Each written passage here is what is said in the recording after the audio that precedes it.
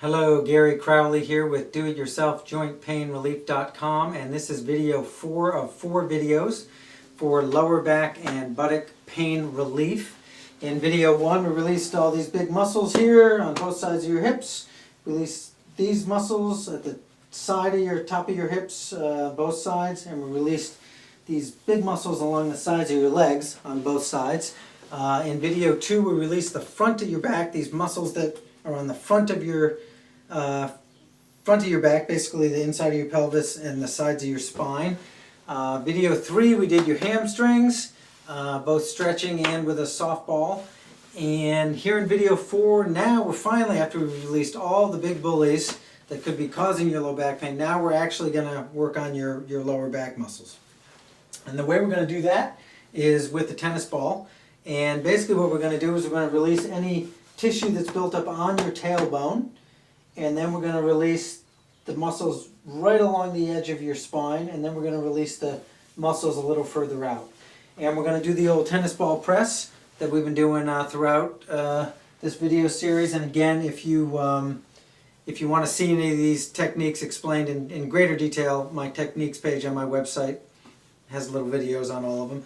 So the first thing we're going to do is we're going to just put this tennis ball under our tailbone and screw it around a little, just investigating if there's any tender spots, because sometimes that tissue being tight can kind of lock your tailbone down and make your low back hurt. Now for me, there's a little spot.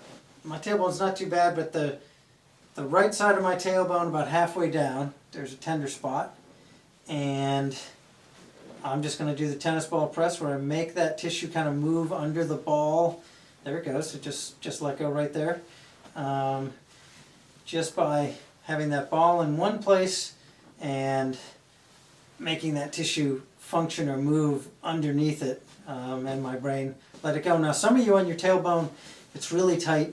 You might want to take this tennis ball I showed you in video 1 that's been I sliced with a box cutter, thanks to one of my website visitors telling me that this made it softer for them. And then see, like now I do that with a tennis ball. It is, again, it's about 10 or 15% less pressure. And if you're really sore, you know, there's no crime in taking your time and doing it with a little less pressure and a little more time. It's all pressure and time anyway. And your brain eventually will get the message, and you don't have to torture yourself. So that's your tailbone. Now I'm going to find my spine, the bony part, and then I'm going to come out about an inch from that side. And again, I'm just going to notice, and I tend to use my hand. You can scoot. I don't know, I scoot with my tailbone, and I tend to use my hand with my spine. I don't know why. But either way, you just want to investigate. And you're just going to go up about 4 or 5 inches to make sure. Let's see what I got here. So I'm doing both sides. Actually, the stuff along my spine itself is pretty good, but let's just say I found a spot on that left side about 1.5 inches, 2 inches up. I would make this. Now you notice I have to go up more with this leg here to get that tissue to move under the ball. With my tailbone I only had to go up to about here, but here I really gotta.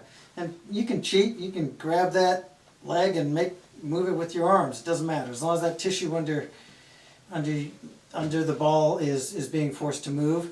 And then, so you're going to go, again, an inch out and maybe check out the whole 4 or 5 inches up and down on each side.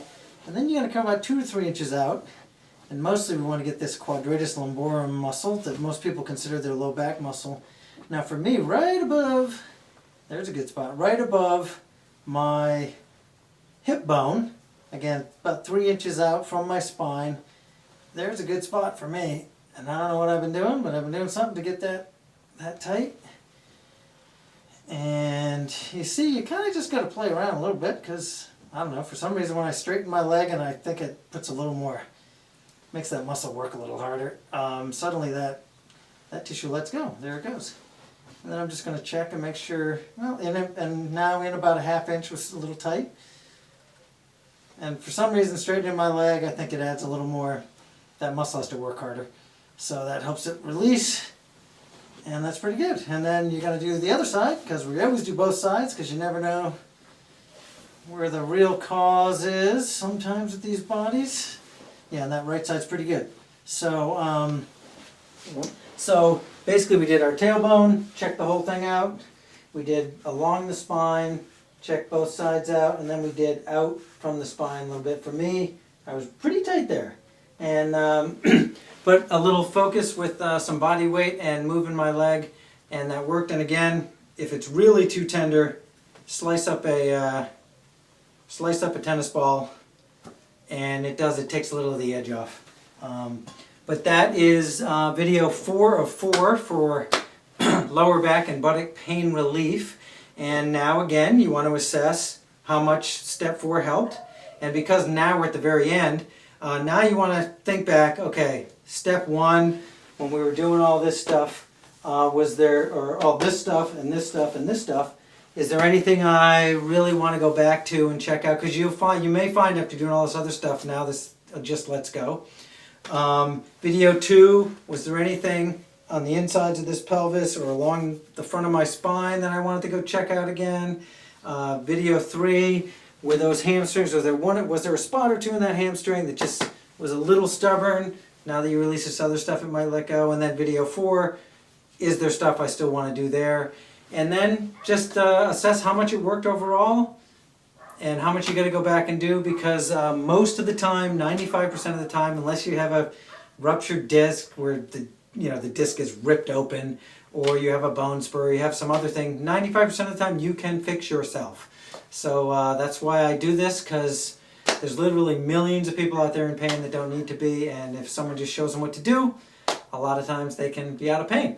So I thank you for your time, and I look forward to hearing how it goes. Again, if you're watching this on YouTube, I have videos for every joint in the body on my website, so sometimes it's a little easier to navigate there. But anyway, I appreciate your time, and thanks. Bye-bye.